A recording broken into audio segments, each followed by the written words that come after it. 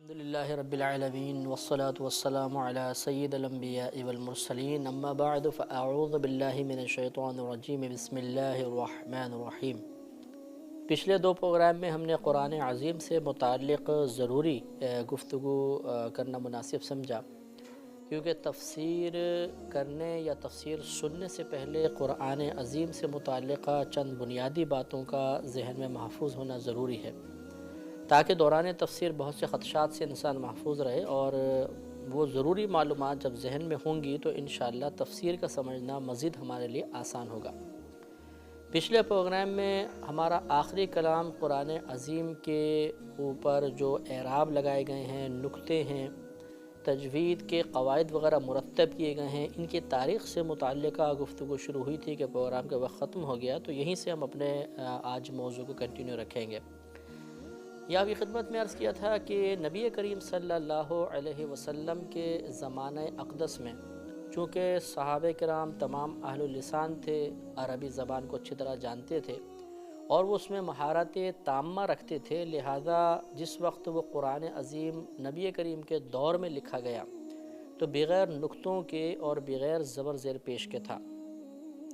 پھر حضرت سیدنا ابوبکر صدیق رضی اللہ تعالیٰ عنہ کے زمانے میں بھی یہی کیفیات رہیں، اور جب دور عثمانی میں قرآن عظیم کو باقاعدہ ایک ہی لغت قریش پر جمع کر دیا گیا، اس وقت بھی یہی صورتحال تھی کہ اس پر نکتے اور اعراب وغیرہ نہیں لگائے گئے تھے۔ لیکن جیسے جیسے یہ قرآن عظیم دنیا میں مختلف ممالک میں پہنچتا رہا، فتوحات کا سلسلہ ہوا اور مسلمانوں کے ذریعے، تجار کے ذریعے یہ قرآن عظیم اور اس کی تعلیمات مختلف ممالک میں پہنچی، تو لوگ چونکہ اب اہل لسان نہیں تھے، عجمی لوگ تھے، عربی زبان اس کے اسلوب سے ناواقف تھے، لہٰذا قرآن عظیم بغیر نکتوں اور بغیر اعراب کے پڑھنا ان کے لیے ایک بہت بڑی آزمائش بن گیا۔ بلکہ بعض ایسے لوگ جو عربوں سے قریبی تعلق رکھنے والے تھے لیکن عربی صرف و نحو سے ناواقف تھے، قرآن پاک پہ اعراب لگانے کے ماہر نہیں تھے، انہوں نے غلط قرآن عظیم پڑھنا شروع کیا، جس کی وجہ سے اس بات کی ضرورت محسوس ہوئی کہ قرآن پاک پر نکتے بھی ہونے چاہیے، زبر زیر پیش ہونے چاہیے، پھر دیگر رموز و اوقاف کے کہاں وقف کرنا ہے، کہاں سے ابتدا کرنی ہے، کس مقام پہ وقف کرنا جائز ہے، کہاں پر وقف کرنا لازم ہے ورنہ معانی کا فساد پیدا ہو جائے گا، ان تمام امور پہ توجہ کی گئی۔ اس کے ساتھ ساتھ مسجد قرآن کی عبارات کو سمجھنے کے لیے علم صرف اور نحو وضع کیے گئے، قراءت کے قواعد، تجوید کے قواعد کو مرتب کیا گیا، اور اس طرح یہ سلسلہ پائے تکمیل تک پہنچ گیا، اور لوگ چاہے وہ عربی ہوں چاہے عجمی ہوں، وہ قرآن عظیم کو صحیح طریقے سے پڑھنے اور اچھے انداز سے سمجھنے میں کامیاب ہو گئے۔ الجامع لاحکام القرآن جلد اول صفحہ 63 پر علامہ قرطبی نکتے اور اعراب کی ابتدا کے بارے میں نقل فرماتے ہیں کہ عبد الملک بن مروان نے مصحف کے لیے حروف کو متشکل کرنے اور ان پر نکتے لگانے کا حکم دیا تھا۔ اس کے لیے اس نے حجاج بن یوسف کا انتخاب کیا اور اسے شہر واسط میں بالکل فارغ کر دیا۔ یہ اس وقت عراق کا گورنر تھا۔ اس نے بہت کوشش کے ساتھ بہت محنت کی اور قرآن پاک پہ نکتے اور اعراب کا کام مکمل کیا، اور اس کے لیے خاص طور پہ حسن اور یحییٰ بن یعمر کا انتخاب کیا گیا۔ اور مناہل العرفان جلد 1 صفحہ 400 پر علامہ زرقانی رحمۃ اللہ علیہ کہتے ہیں، یہ لکھتے ہیں کہ عبد الملک بن مروان نے حجاج کو حکم دیا کہ اس پر قرآن پر نکتے لگائے جائیں۔ حجاج نے نصر بن عاصم لیثی اور یحییٰ بن یعمر عدوانی کو اس کام کے لیے مقرر کیا، اور یہ دونوں حضرات حضرت علی رضی اللہ تعالی عنہ کے شاگرد ابو الاسود دؤلی رحمۃ اللہ علیہ کے شاگرد تھے۔ اور ایک قول فرماتے ہیں یہ بھی ہے کہ خود ابو الاسود دؤلی رحمۃ اللہ علیہ نے قرآن عظیم پر نکتے لگائے تھے، اور اس بات پر تو تمام مؤرخین کا اتفاق ہے کہ حضرت ابو الاسود دؤلی رحمۃ اللہ علیہ نے ایک شخص کو سورہ توبہ کی ایک آیت غلط پڑھتے ہوئے سنا، تو آپ نے نحو کے قواعد کو جمع کیا تھا، ان کو ایجاد کیا، اور آپ کا یہ طریقہ تھا کہ پہلے آپ نے زبر زیر پیش کے لیے نکتوں کو استعمال کیا۔ زبر زیر پیش کے لیے نکتے خالی لگائے جاتے تھے، لیکن چونکہ دوسرے حروف پر بھی نقطے ہوتے تھے جو اصلاً نقطے تھے، تو یہ زبر زیر پیش کی علامات کے لیے وضع کیے گئے نقطے اور ان میں مشابہت پیدا ہو گئی، لہٰذا پھر یہ خاص طور پہ جو زبر زیر پیش کے بھی موجودہ علامات ہیں کہ زبر اوپر لگائی جاتی ہے، ایک لکیر ہے، زیر نیچے لگائی جاتی ہے اور پیش میں گول دائرہ سا بنا دیا جاتا ہے، یہ علامات باقاعدہ وضع کی گئیں۔ تو اگر اس کام کی تکمیل کا اندازہ ہم کرنا چاہیں اور حضرت ابو الاسود علی رحمۃ اللہ علیہ کو ہم اس کا واضح مانیں کہ آپ نے سب سے پہلے نقطے وضع کیے لگائے، تو اس کا اندازہ کرنے کے لیے ہمیں ان کی جو تاریخ وفات ہے اس سے اس کام کا اندازہ ہو سکتا ہے۔ عبد الملک بن مروان سن 66 ہجری میں تخت نشین ہوا تھا اور 86 ہجری میں 86 میں اس کا انتقال ہوا، جبکہ حضرت ابو الاسود کا 69 ہجری میں انتقال ہوا، یعنی 69 ہجری میں۔ چنانچہ کہا جا سکتا ہے کہ 66 ہجری سے 69 ہجری کے درمیان نقطۂ اعراب کا کام مکمل ہوا تھا۔ اس کے بعد ایک اہم کام تھا وقف اور ابتدا کا، اس پر بھی بزرگوں نے بہت کام کیا اور کثیر لوگوں نے اس پر کتب لکھی۔ کشف الظنون جلد 2 صفحہ نمبر 1471 پر حاجی خلیفہ ان علماء کا تذکرہ فرماتے ہیں جنہوں نے وقف اور ابتدا کے موضوع پر باقاعدہ کتب تصنیف فرمائی ہیں۔ ان میں سب سے قدیم امام احمد بن یحییٰ ثعلب نحوی ہیں، جنہوں نے سن 291 ہجری میں وفات پائی تھی اور آپ نے ایک کتاب وقف اور ابتدا کے بارے میں اس کے موضوع پر لکھی تھی۔ لہذا معلوم ہوا کہ وقف اور ابتدا کا کام بھی سن 291 ہجری کے اندر ہو چکا تھا اور اس کے بعد مزید بہت ساری کتب اس میں لکھی گئی ہیں۔ اب اس کے بعد جو موضوع ہے وہ ہمارا تفسیر اور تاویل کے بارے میں ہے۔ اس کے بعد انشاءاللہ تعالی ہم کچھ قرآن عظیم کے سننے، دیکھنے، پڑھنے، لکھنے کے آداب عرض کریں گے اور پھر انشاءاللہ تعالی اس سے اگلے پروگرام میں باقاعدہ ہماری تفسیر کا آغاز ہوگا۔ تو تفسیر کا ایک لفظ آپ نے سنا ہوگا، ایک تاویل کا لفظ سنا ہوگا۔ بعض علماء کرام کے نزدیک ان دونوں میں کوئی فرق نہیں ہے، تفسیر اور تاویل کا ایک ہی معنی بیان کرتے ہیں، لیکن اکثر علماء کرام نے تفسیر کا ایک الگ معنی بیان کیا ہے اور تاویل کے الگ معنی متعین کیے ہیں۔ چنانچہ کتاب التعریفات صفحہ 38 پر سید شریف جرجانی رحمۃ اللہ علیہ تفسیر کی تعریف کرتے ہوئے لکھتے ہیں کہ تفسیر کا معنی ہوتا ہے، لغوی معنی ہے ظاہر کرنا، کسی شے کو ظاہر کر دینا، یہ تفسیر کہلاتا ہے، اور اصطلاحی طور پر واضح الفاظ کے ساتھ کسی آیت کا معنی بیان کرنا، اس سے مسائل اخذ کرنا، اس کے متعلق احادیث اور اقوال صحابہ بیان کرنا اور آیت کا شان نزول ذکر کرنا تفسیر کہلاتا ہے۔ گویا کہ تفسیر کے ذریعے انسان قرآن عظیم کی آیات کے ہر پہلو پر نگاہ ڈال لیتا ہے، اس کے لیے ہر پہلو واضح ہو جاتا ہے۔ چنانچہ چند چیزوں انہوں نے ذکر کی کہ ایک تو یہ کہ واضح الفاظ کے ساتھ ہو، مجمل الفاظ کے ساتھ نہیں، واضح الفاظ کے ساتھ ہوگا تو تفسیر کہلائے گا۔ کسی آیت کے معنی کو بیان کرنا، معنی بیان کرنے کا مطلب یہ ہے کہ تفسیر بتائے گی کہ یہاں پر اللہ تبارک و تعالیٰ کے کلام کا مقصود کیا ہے۔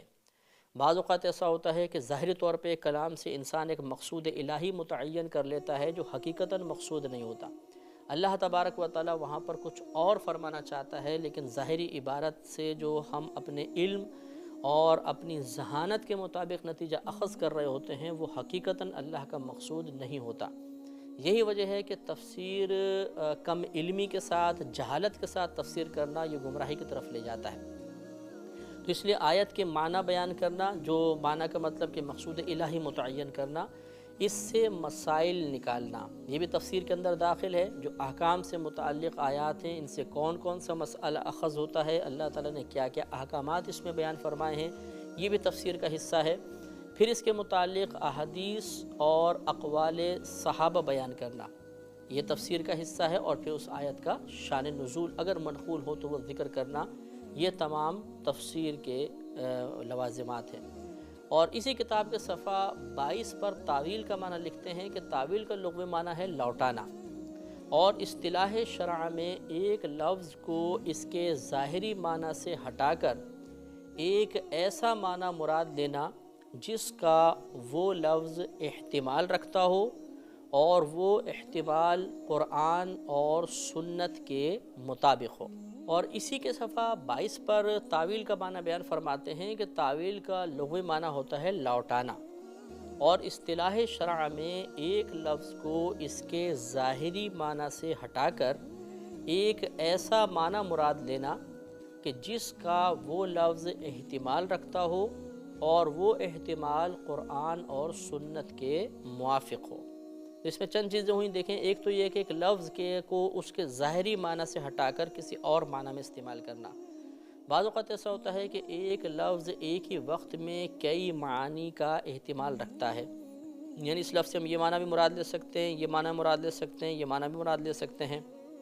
یوں کہہ لیں کہ ایک لفظ کو کلام عرب میں مختلف معانی کے لیے استعمال کیا جاتا ہے۔ اب وہاں پر بعض اوقات ایک ظاہری طور پہ اگر معنی مراد لیں تو مفہوم درست نہیں رہتا، تو پھر دوسرا معنی مراد لیا جاتا ہے،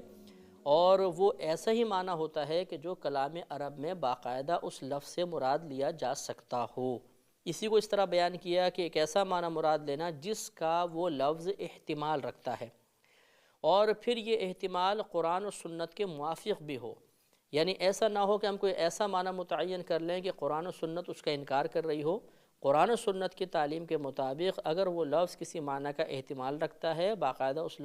وہ لفظ اس معنی میں استعمال بھی ہوتا ہو، تو ایک معنی متعین کرنے میں شرعاً حرج نہیں ہوتا، اور اسی کا نام ہوتا ہے تاویل۔ اس کی مثال آگے دیتے ہیں، مثلا اللہ تعالیٰ نے ارشاد فرمایا کہ یخرج الحی من المیت، کہ اللہ تبارک و تعالی زندہ کو مردہ سے نکالتا ہے۔ تو یہ سید شریف جرجانی رحمۃ اللہ علیہ فرماتے ہیں کہ اگر اس سے مراد یہ لیا جائے کہ اللہ تعالیٰ انڈے سے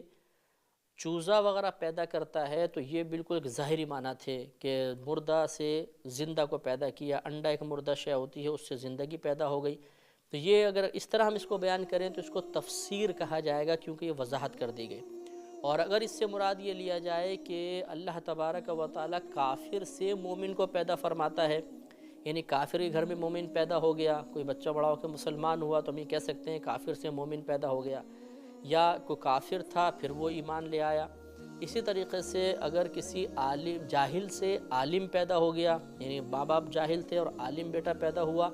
بعد میں وہ عالم بن گیا، تو یہ بھی ایک اسی آیت کے تحت آ سکتا ہے کہ مردہ سے زندہ کو نکالنا، کیونکہ جاہل مردے کی مثل ہوتا ہے، اسی طرح کافر مردے کی مثل ہے، اور مومن ہونا عالم ہونا زندے کی مثل ہے۔ اگر یہ والا معنی مراد لیے جائیں تو اس کو تاویل کہا جائے گا۔ ایک اور مثال میں عرض کرتا ہوں، قرآن عظیم میں ہے تربصن بانفسہن ثلاثۃ قروء، کہ وہ عورتیں جن کو تیسری طلاق دے دی گئی ہو اور وہ ذوات الحیض میں سے ہوں، یعنی حیض والے عورتیں ہوں، تو وہ اپنے آپ کو روکے رکھیں 3 قروء۔ اب یہ قروء قرءن کی جمع ہے، اور کلام عرب میں لفظ قرءن 2 معانی میں مستعمل ہے، ایک حیض میں اور دوسرے طہر میں۔ 2 حیضوں کے درمیان جو پاکی کا زمانہ آتا ہے اس کو طہر کہتے ہیں۔ اب ایک ہی لفظ ہے اور اس کے 2 ایسے معانی ہیں جو آپس میں ایک دوسرے کی ضد ہیں۔ حیض ایام طہر کی ضد ہیں، ایام طہر ایام حیض کی ضد ہیں۔ اب یہاں پر امام اعظم ابو حنیفہ رضی اللہ تعالیٰ عنہ بدلائل قرءن سے حیض مراد لیتے ہیں، اور امام شافعی رحمۃ اللہ علیہ دلیل کے ساتھ یہاں طہر مراد لیتے ہیں۔ تو یہ ہے تاویل، کہ قرءن کا کہ 2 معنی تھے، ان میں سے ایک معنی کی طرف اس لفظ کو لوٹایا گیا، تو اس کو تاویل کہا جاتا ہے۔ اور ایسی آیات جن میں تاویل ہوتی ہیں انہیں آیات مؤولہ کہتے ہیں۔ اور یاد رکھیں کہ آیات مؤولہ کا حکم ظنی کا ہو جاتا ہے، یعنی اس سے کوئی قطعی حکم نہیں نکلتا، کیونکہ اس میں جو ایک مجتہد ہے وہ اپنی رائے سے ایک معنی متعین کر رہا ہے، جب تک وہ اپنی رائے کا اظہار نہیں کرے گا اس وقت تک اس آیت کا کچھ صراحتاً معنی متعین نہیں ہوگا، اور جب یہ صراحت ختم ہو گئی، اب کسی انسان کی رائے کا دخل ہو گیا، تو وہاں پہ قطعیت نہیں رہتی بلکہ ظنیت آ جاتی ہے، لہٰذا آیات مؤولہ ظنی ہوتی ہیں۔ اور اس سے یہ مسئلہ بھی ثابت ہو گیا کہ یہ کہنا غلط ہے کہ پورا کا پورا قرآن قطعی ہے۔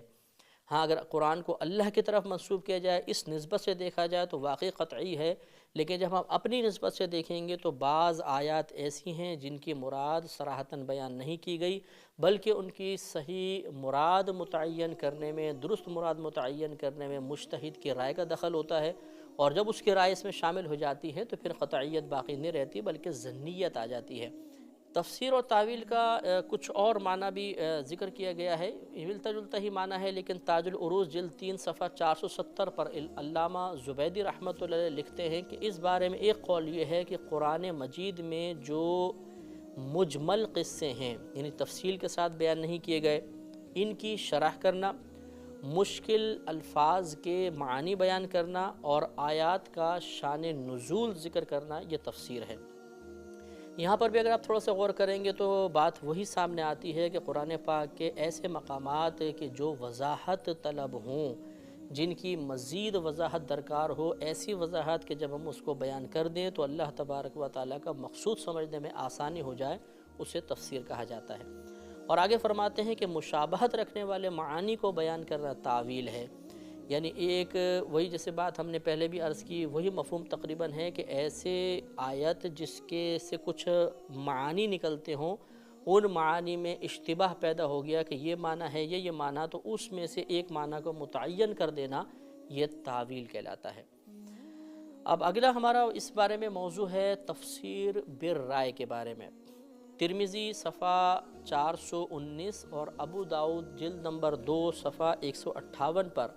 حضرت جندب بن عبداللہ رضی اللہ تعالی عنہ سے روایت ہے کہ رسول اللہ صلی اللہ علیہ وسلم نے فرمایا کہ جس شخص نے قرآن میں اپنی رائے سے کچھ کہا، اگرچہ اس نے صحیح کہا تب بھی اس نے خطا کر دی۔ تو یہ دو کتب جو صحاح ستہ کی دو کتب ہیں، ان میں یہ صحاح ستہ کی دو کتب میں یہ روایت نقل ہے۔ اس سے بظاہر یہ معلوم ہوتا ہے کہ اگر کوئی شخص اپنی رائے سے قرآن میں کچھ کہے گا، صحیح بھی کہے گا، تو اس نے خطا کی، لہٰذا تفسیر بالرائے ممنوع ہونی چاہیے، اپنی رائے سے انسان تفسیر نہ کرے۔ لیکن یاد رکھیں کہ اس جو حدیث کا ظاہری مفہوم ہمیں سمجھ میں آ رہا ہے، حقیقتاً وہ مفہوم نہیں ہے۔ اس صحیح مفہوم کو، درست مفہوم کو سمجھنا بہت ضروری ہے، کیونکہ آپ یہ دیکھیں گے کہ خود نبی کریم صلی اللہ علیہ وسلم نے حضرت ابن عباس رضی اللہ تعالی عنہ کے لیے دعا فرمائی، صحیح بخاری شریف میں منقول ہے کہ اللہ تبارک و تعالی اسے قرآن کا فہم، قرآن کا علم عطا فرما۔ لازم سی بات ہے کہ آپ نے قرآن کے علوم کو اپنی ذاتی رائے سے متعین فرمایا کہ اللہ تعالیٰ یہاں یہ بیان فرمانا چاہتا ہے، یہاں یہ بیان فرمانا چاہتا ہے، اور اس طرح رائے کا دخل ہوا۔ اور ویسے بھی اگر آپ تفسیر کی کتب اٹھا کے پڑھیں گے تو شاید ہی کوئی تفسیر آپ کو ایسی ملے گی جس میں خود مفسر نے اپنی کثیر ذاتی رائے کو شامل نہ کیا ہو۔ لہٰذا یہ بات سمجھنا بہت ضروری ہے کہ جو نبی کریم صلی اللہ علیہ وسلم اپنی رائے سے تفسیر کرنے کی ممانعت بیان فرما رہے ہیں، اس کا صحیح محمل کیا ہے، کس مقام پر اس وعید کا یا ممانعت کا اطلاق ہوگا، یہ جاننا بہت ضروری ہے۔ علامہ آلوسی رحمۃ اللہ علیہ نے اپنی تفسیر روح المعانی جلد 1 صفحہ 6 پر اس حدیث مبارکہ کے 5 مطالب بیان فرمائے، اس پہ کلام فرمایا، 5 امور کا ذکر کیا۔ ان میں سے پہلی بات تو یہ لکھتے ہیں کہ اس حدیث کی صحت میں بہت بحث کی گئی ہے۔ مدخل کے حوالے سے لکھتے ہیں کہ اس حدیث کی صحت میں اعتراض ہے کہ یہ صحیح حدیث نہیں ہے، قابل استدلال نہیں ہے، اس سے تفسیر بالرائے کی حرمت کا مسئلہ نکالنا درست نہیں ہے۔ دوسری بات یہ لکھتے ہیں کہ اگر بالفرض یہ حدیث صحیح بھی ہو تو اس کا مطلب یہ ہے کہ جس شخص نے محض اپنی رائے سے قرآن میں کچھ کہا، بغیر علوم کی طرف توجہ کیے، اس نے خطا کی۔ کیونکہ مسئلہ یہ ہے کہ قرآن کی تفسیر کا طریقہ، اصل طریقہ یہ ہوتا ہے کہ اگر آپ قرآن کا کوئی معنی متعین کرنا چاہتے ہیں تو آپ کے لیے آپ کے پاس علم لغت ہونا چاہیے۔ اگر آپ ناسخ و منسوخ بیان کرنا چاہتے ہیں تو اس کا علم ہونا چاہیے۔ اس کے علاوہ اگر احادیث کی مراد متعین کرنی ہو تو پھر نبی کریم صلی اللہ علیہ وسلم کی جو تفسیر ہیں یا صحابہ کرام کے اقوال ہیں، ان کی طرف رجوع کرنا چاہیے۔ تو اگر کوئی شخص کے پاس ان چیزوں کا علم نہ ہو اور وہ ان تمام کو یکسر نظر انداز کر کے پھر قرآن میں اپنی رائے سے کچھ کہے گا، تو چونکہ شدید خطا کا احتمال ہے کہ وہ لغت نہیں جانتا تو معنی غلط متعین کر دے گا، اسے نبی کریم صلی اللہ علیہ وسلم کی احادیث صحیحہ کا علم نہیں ہے تو تفسیر میں کوئی ایسی بات کہہ دے گا جو نبی کریم کے قول کے خلاف ہو سکتی ہے، لہٰذا اس شخص کو نبی کریم صلی اللہ علیہ وسلم نے تفسیر سے منع فرمایا۔ اگرچہ اس نے صحیح بات بھی کہی، لیکن یہ ضروری نہیں ہے کہ وہ اس صحیح ہونے پر مطلع بھی ہو جائے۔ اسے کیا پتہ میں صحیح کر رہا ہوں، ہو سکتا ہے کہ وہ غلط تفسیر کر دے، یا کسی مقام پہ اگر تکا لگ بھی گیا تو 10 مقام پہ غلط تفسیر بھی کرے گا، لہٰذا اس کو تفسیر کرنے سے ہی منع فرما دیا گیا۔ چنانچہ علامہ آلوسی رحمۃ اللہ علیہ فرماتے ہیں کہ اگر کوئی شخص ان علوم کو حاصل کرنے کے بعد ان علوم کی روشنی میں پھر اپنی رائے سے کوئی تفسیر کرتا ہے تو اس کی ممانعت اس حدیث میں نہیں ہے۔ تیسرا اس کا مطلب یہ بیان فرماتے ہیں کہ یہ اس شخص کے بارے میں ہے کہ جو پہلے کسی چیز کے بارے میں ایک نظریہ متعین کر لے، پھر اپنے اس نظریے کی تائید کے لیے قرآن کو پیش کرے، اس طرح کہ اپنے نظریے کو اصل رکھے اور قرآن کو تابع کر کے پیش کرے کہ دیکھیں میرا نظریہ یہ ہے اور قرآن بھی اس کی تائید کرتا ہے۔ یہ طریقہ کار غلط ہے۔ قرآن کو اصل رکھنا چاہیے، اپنے نظریات، اپنے خیالات، اپنے افکار کو قرآن کے تعلیمات کے تابع کرنا ضروری ہے۔ لہذا اس شخص کے بارے میں فرمایا کہ اس نے اگر اپنی رائے سے کوئی بات کی، بعد میں وہ صحیح بھی ہو گئی، تب بھی یہ بات مناسب نہیں ہے، قرآن کو تابع نہیں رکھنا چاہیے۔ چوتھا اس کا معنی بیان فرماتے ہیں کہ اس سے مراد وہ شخص ہے جو قرآن عظیم کی ان آیات کے بارے میں کلام کرتا ہے کہ جن آیات کے معنی فقط اللہ تبارک و تعالیٰ کو معلوم ہیں، جیسے انہیں آیات متشابہات بھی کہتے ہیں، جس کے بارے میں غور و تفکر کرنا بھی ممنوع قرار دے دیا گیا، ان آیات کے بارے میں اپنی ذاتی رائے متعین کرے تو یہ چیز غلط ہوتی ہے۔ یہ تفسیر بالرائے نبی کریم صلی اللہ علیہ وسلم نے منع فرمائی، ورنہ جائز ہے۔ اور پانچواں اس کا معنی یہ بیان فرماتے ہیں کہ قرآن عظیم کی کوئی اگر آیت ایسی ہے جس کے قطعی معنی پر کوئی دلیل ہمارے پاس نہ ہو، اور پھر کوئی شخص یہ کہے کہ میں جو معنی بیان کر رہا ہوں اپنی رائے سے وہ قطعی طور پر صحیح ہے اور یہی اللہ کی مراد ہے، اس کو نبی کریم صلی اللہ علیہ وسلم نے منع فرمایا، کیونکہ بلا دلیل اللہ تبارک و تعالیٰ کے لیے کسی مقصود یا کسی معانی کو متعین کر دینا کہ اللہ یہی کہنا چاہ رہا ہے جو ہم کہہ رہے ہیں، تو یہ چیز غلط ہوتی ہے۔ اس لیے کہ اگر بالفرض کوئی شخص یہ کہتا ہے کہ جو میں کہہ رہا ہوں اللہ کا وہی مقصود ہے، تو اس پر کیا دلیل ہے کہ واقعی آپ نے درست سمجھا؟ تو اسی لیے کہا گیا کہ اگر کوئی بلا دلیل اللہ تبارک و تعالیٰ کی کسی آیت کے معانی کو متعین کر کے کہے کہ قطعی طور پہ اللہ تعالیٰ یہی کہنا چاہ رہا ہے،